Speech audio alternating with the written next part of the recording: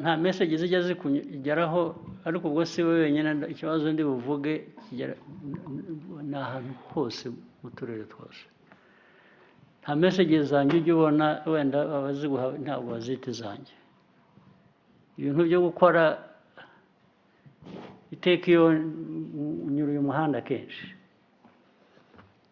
cya mbere ndacyabona umwanda iruhande rw'umuhanda aho ntabwo mba nawuvuyemo kenshi ahubwo mpagarara nkabwiraga abo ndi kumwe nabo nti nimutoragure biriya bintu ubundi abasirikare bashinzwe umutekano bamperekeza nk'ababwira nti nimutoragure ibyo bintu nkahita nkagenda nagaruka nkasanga ibindi so ubutumwa rero ngutumyeho kenshi bwakugezeho ubu hagiye gukurikiraho ibindi nabyo byiteguye bikorwe vuba na bwangu. Yes sir. Urabyumva? Yes your excellency. Meya umujyi ucara urabizi nawe njye nageze naho rimwe na rimwe mfata imodoka nkaza nawe n'abandi bose n'aba ministers ba infrastructure ngira ngo bamwe bari hano n'abandi nkagenda mbereka nabyo urabizi. Yes sir. Ibyo nagiye nsubiramo ngusaba hafi buri gihe nkasubira mu mujyi nkongera nkabisanga nkongera nkagutumaho nabyo biraza guhagarara. Yes sir.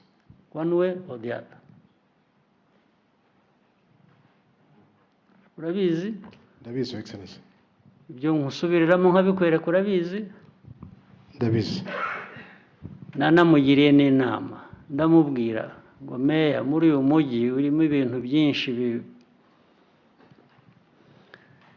reka muzashyireho team imufasha irimo abapolisi irimo umutekano mbese bose n'abandi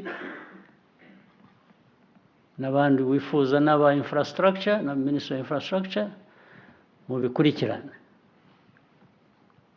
inama nakugiriwe yize twatangiye kubishyira mu bikorwa. Gutangira bivuze iki? Kuva nabibabwira hashize imyaka none ubu nibwo mwatangiye. Niba mwana atangiriye igihe kuki ntacyo mwagezeho kuki bitagaragara ko bikorwa?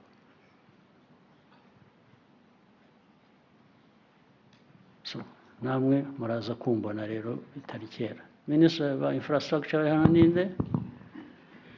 Minister ibyo urabizi? Yes sir, ibyo ndabizi.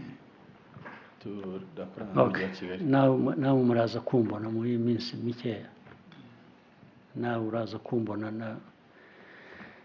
n'abameya n'abo bandi mugomba kuba mukorana muraza kumbona.